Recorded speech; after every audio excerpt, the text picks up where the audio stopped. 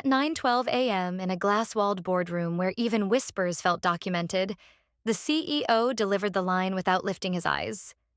It sounded routine, final, already archived. She didn't argue, just closed her notebook and stood up as if the meeting had simply ended for her. No one noticed what she didn't say. 6 minutes later, legal stopped mid-sentence, scrolling back to a clause most people had never read twice. A number surfaced. Quiet, precise, uncomfortable. And suddenly the room wasn't so certain anymore. The boardroom on the 27th floor had a way of shrinking people.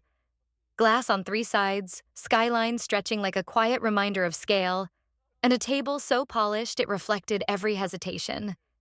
Even the chairs seemed designed to make you sit straighter than you wanted to. At 9:12 a.m., everyone was already in position. Laptops open, documents aligned, eyes trained on screens instead of each other. She arrived exactly on time. Not early, not late. A detail most people would ignore. She placed her notebook on the table with the kind of precision that didn't ask for attention, but commanded it anyway.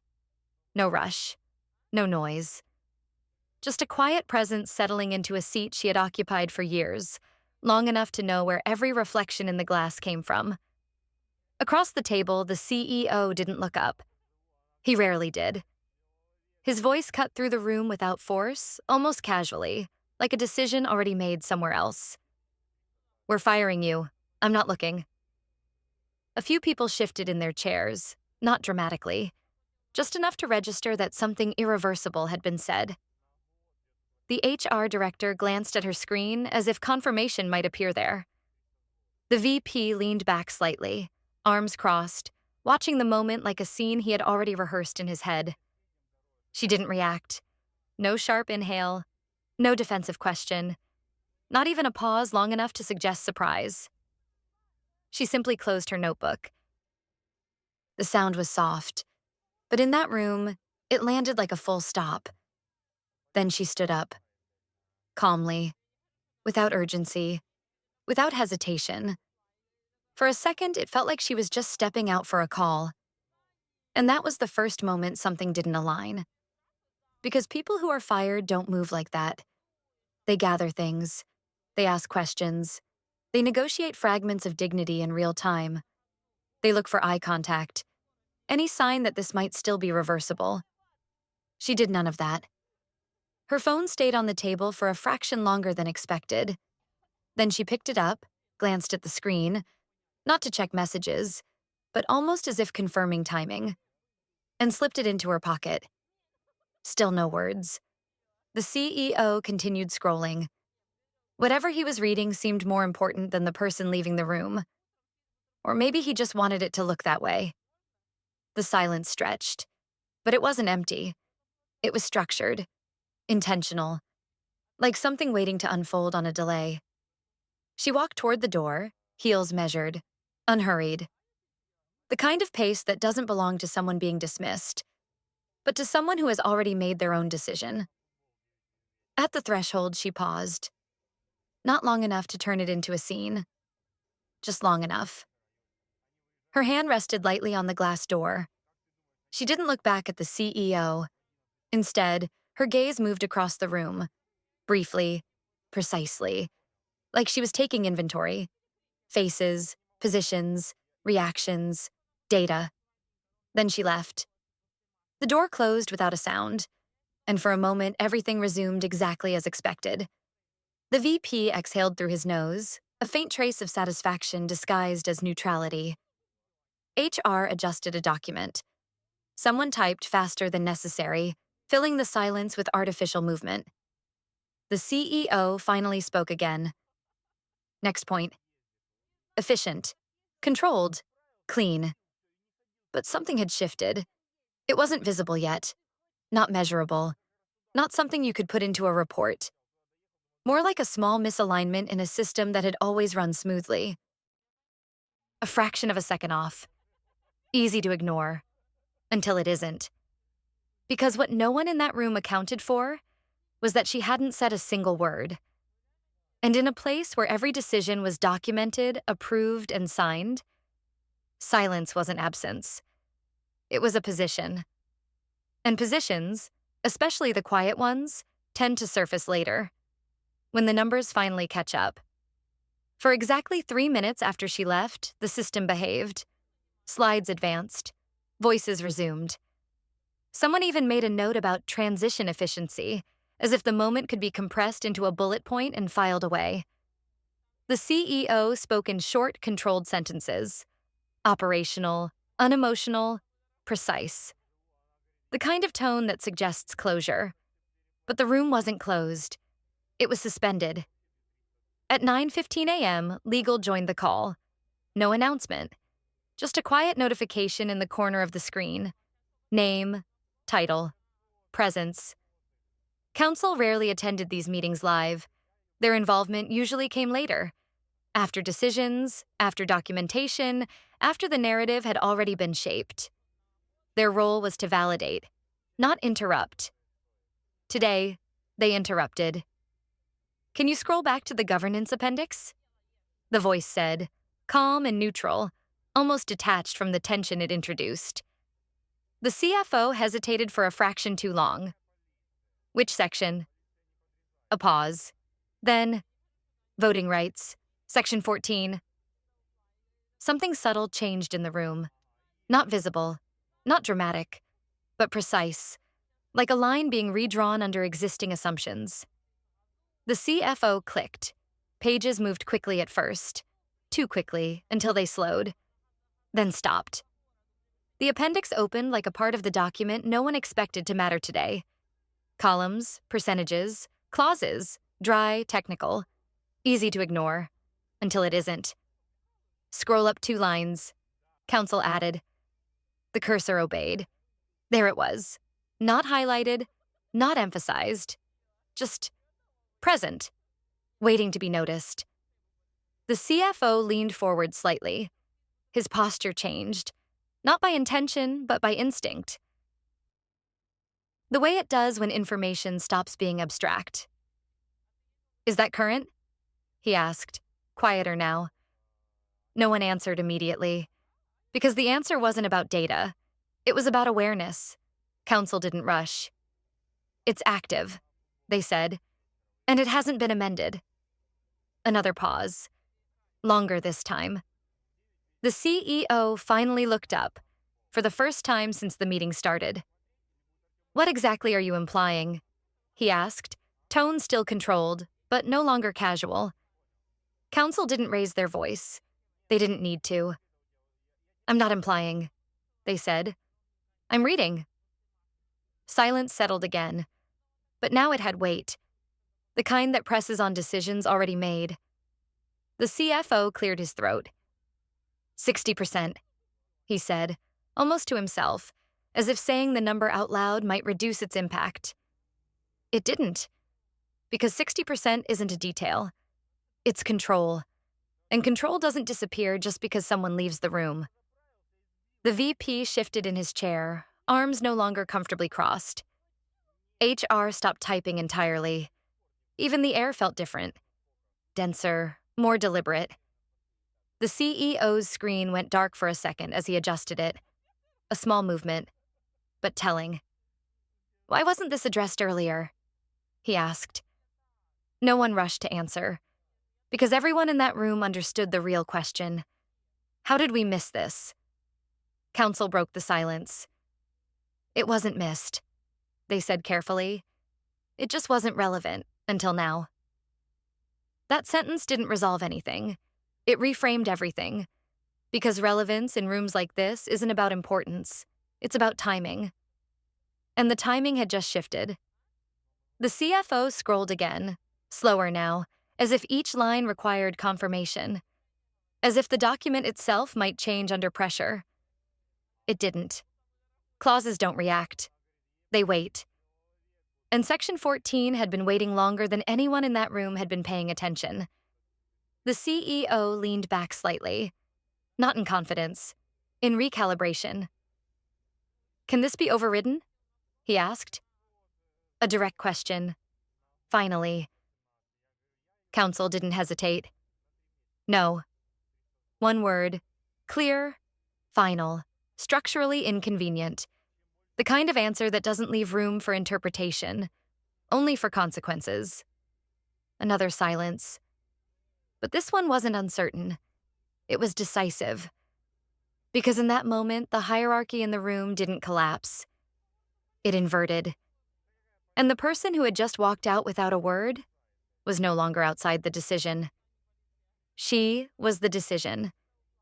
The CEO exhaled slowly, eyes fixed somewhere between the document and the space where she had been sitting minutes ago. Then we need to revise, he said. Not loud, not dramatic, but unmistakable. The kind of sentence that quietly rewrites everything that came before it. And just like that, the meeting didn't end. It restarted, from a completely different position. But the most interesting part wasn't the number. It was that she didn't even mention it.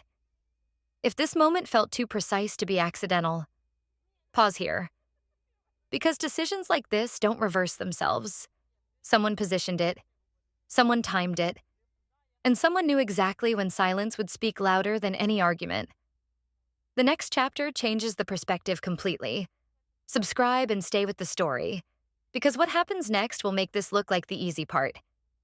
They found her exactly where the system said she would be. Not in a rush. Not off-grid. Not hiding. Calendar. Updated. Status.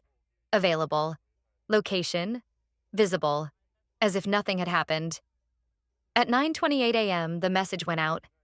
First from legal, then duplicated by the CFO, then finally sent again from the CEO's office with a slightly different tone. 3 versions of the same request. 3 levels of urgency trying to look identical. We need to reconnect. Immediately. She didn't answer. Not right away. Because timing in her world wasn't about speed. It was about sequence. Back in the boardroom, the energy had changed form. It was no longer controlled. It was managed.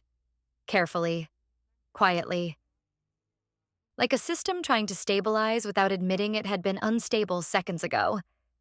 The CFO stood up for the first time. Not fully. Just enough to break the symmetry of the room. She still has access, he said, more to confirm than to inform. No one questioned it. Because of course she did. Access isn't something you revoke mid-meeting. Not when the decision itself has just been revised. The VP finally leaned forward. This is procedural, he said. We can structure around it. He wanted it to sound technical, contained, predictable.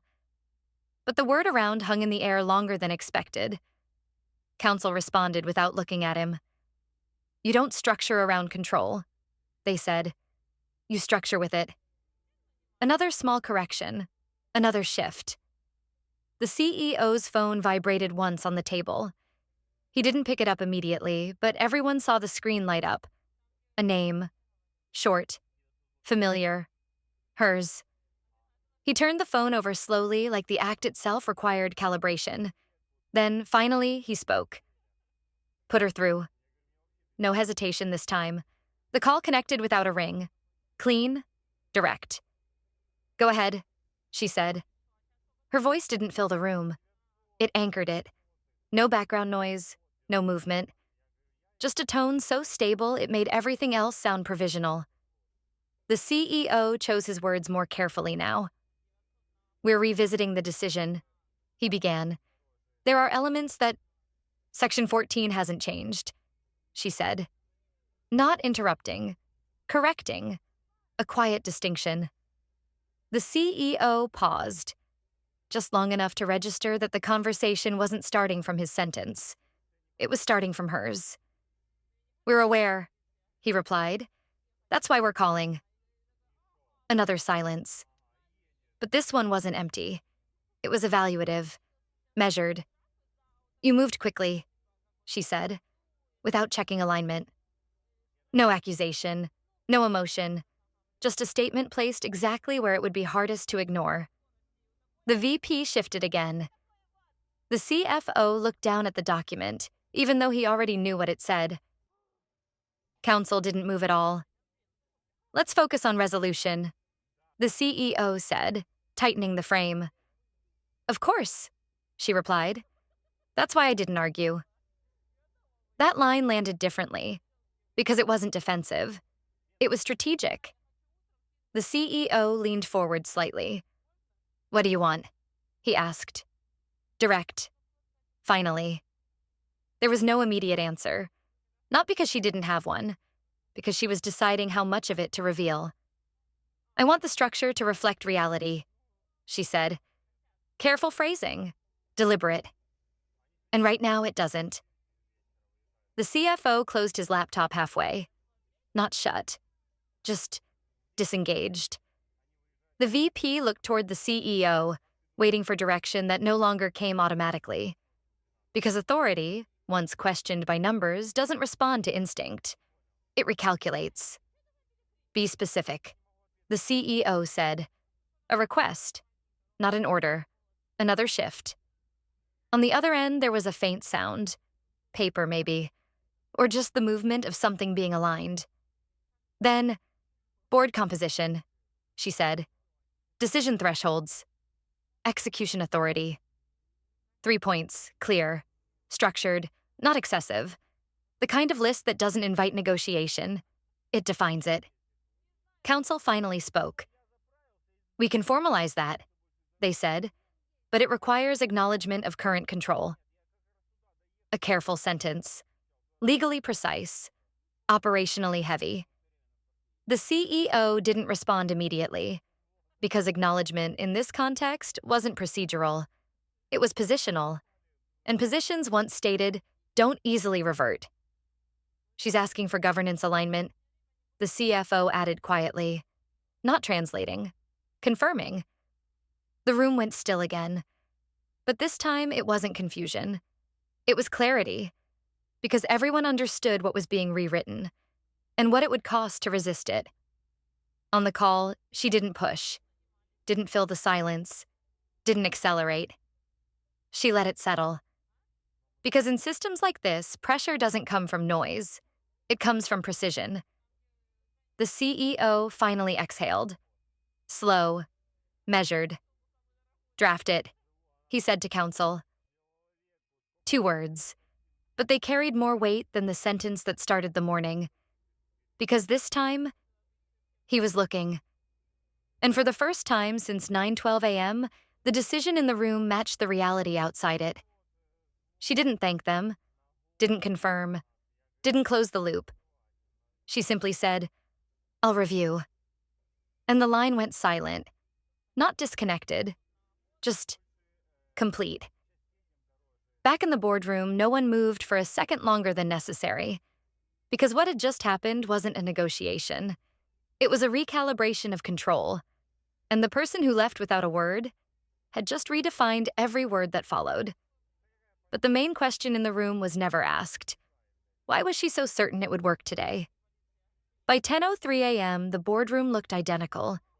Same skyline, same glass, same table reflecting controlled faces and controlled narratives. If someone had walked in at that moment, they would have assumed the meeting had been running smoothly all along. That was the illusion. Because beneath the surface, everything had been reindexed. Documents were no longer neutral. They were being read differently. Every clause now had context. Every number carried implication. And Section 14 was no longer buried in an appendix. It had become the axis. Council's draft arrived at 10:07. Fast. Too fast for comfort. Which meant one thing. Most of it had already existed. It just hadn't been activated. The CFO opened the document first. Not out of hierarchy, out of instinct. His eyes moved faster now, scanning not for content, but for exposure. Where risk had shifted, where authority had been redefined. Board composition updated, he said quietly. No one interrupted, because this wasn't a presentation. It was a confirmation. The VP leaned in. How many seats? Effective control remains unchanged. Council replied before the CFO could finish. But visibility increases. A precise distinction. Control stays. Optics change. The kind of adjustment that doesn't weaken power. It legitimizes it. The CEO's fingers tapped once on the table. A habit, usually a sign of impatience. Today, it was calculation. An execution authority? He asked. Counsel didn't look up. Conditional, but binding under defined triggers. Another layer. Another safeguard. Another indication that this wasn't reactive. It was structured long before this morning. The CEO finally picked up the printed version. Paper, not screen. As if physical weight might make the shift easier to process. He read slower than the others. Not because he needed to. Because he understood something the room was only starting to register. This wasn't about fixing a mistake. This was about recognizing a position that had always been there. Unchallenged, unquestioned, until it mattered. At 10:11, she joined the call again. No introduction, no small talk. Just presence. I've reviewed, she said. No delay, no hesitation. The CEO didn't speak immediately. For the second time that morning, he was choosing where to stand. Is it accurate? He asked. Careful wording. He didn't ask if it was acceptable. He asked if it was true. A subtle shift, but critical. A quiet sound on her end. Maybe a page turning. Maybe nothing at all. It's aligned, she said. Not approval. Alignment. Another precise choice. The CFO exhaled slightly. The VP leaned back again, but this time not comfortably. Counsel remained still, because legal clarity doesn't relax. It stabilizes. The CEO nodded once, almost to himself. Then we proceed. 3 words. Clean, measured, final enough to move forward, careful enough not to sound like concession. No one applauded. No one acknowledged the reversal out loud. Because in rooms like this, outcomes aren't celebrated. They're absorbed, integrated into the narrative as if they were always part of it. But something didn't disappear. It stayed. In the air, in the posture, in the way people avoided looking directly at the empty chair she had left earlier. Because that chair was no longer symbolic. It was structural, and everyone in that room now knew it. The call ended without ceremony. No, thank you. No, we'll follow up. Just silence. Again. But not the same silence as before. This one had definition, ownership, direction. The CFO closed his laptop completely this time. The VP stood up first, but slower than usual. The CEO remained seated a few seconds longer than necessary, looking at nothing in particular, or maybe at everything differently. Because the system hadn't broken. It had revealed itself. And what it revealed wasn't new. Just ignored. Until someone chose the exact moment to let it speak. And now only one thing remained. To understand, was it a defense or a move planned in advance? At 10:26 a.m., the building returned to normal. Elevators moved. Assistants resumed calls. Calendars filled the gaps the meeting had created. From the outside, it looked like just another decision cycle. Compressed, efficient, resolved. Inside, it wasn't resolution. It was recognition. She didn't come back to the boardroom. Not immediately. Not symbolically. Not for effect. Because returning would suggest she had left. And she hadn't. Not from the system that mattered. Her access remained active. Her position, now visible, required no physical confirmation. The chair on the 27th floor was no longer where her authority lived. It never was. At 10:31, a revised memo circulated. Short, controlled, clean. Following internal review, governance alignment has been updated to reflect current voting structure. All prior decisions are considered revised under Section 14. No names, no acknowledgement of error, just language doing what it does best, absorbing disruption into structure. The CEO approved it in under a minute. The CFO didn't comment. The VP read it twice, because something about it felt Incomplete. Not wrong. Just missing the part no document ever includes. Why today? At 10:38, she finally stood up from where she had been working. Not in a rush. Not reacting to anything. Just moving forward. As if the timeline had always been hers. Her screen dimmed automatically. No unread messages. No follow-ups required. The system had already caught up to her position. Outside, the city moved with its usual indifference. Traffic lights changed. Reflections shifted across glass buildings. People crossed streets without knowing that somewhere above them, a decision had been rewritten without noise. That was the point. Control, when it's real, doesn't announce itself. It waits. And then, at exactly the right moment, it aligns everything around it. Back in the boardroom, the CEO finally stood. He walked to the window. Same view, same height, different understanding. For the first time that morning, he wasn't looking at the city. He was recalculating the structure behind it. Not what had happened, but how it had been allowed to happen. Because Section 14 wasn't new. The percentage wasn't new. Even her silence wasn't new. The only thing that changed was attention. And attention, in systems built on control, is the only variable that turns information into consequence. At 10:42, Legal archived the draft. Final version, locked. At 10:44, HR updated internal status. Neutral wording, no escalation.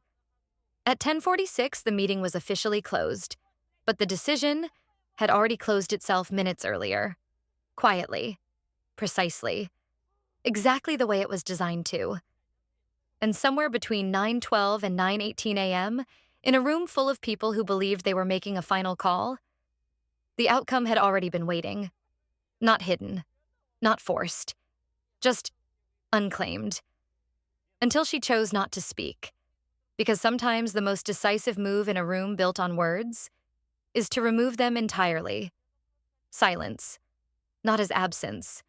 As control.